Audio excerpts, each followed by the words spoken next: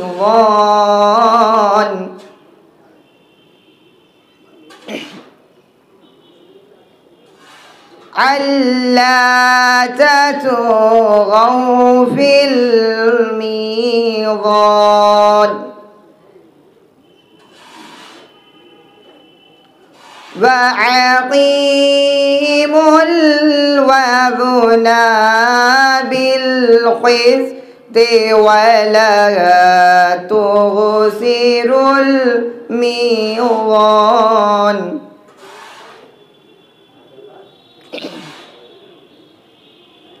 वल्अर्ज़ वज़अहा लिअनाम फ़ीहा फ़ाकिहतुन वन्नख़लु ज़ातुल अकमाम।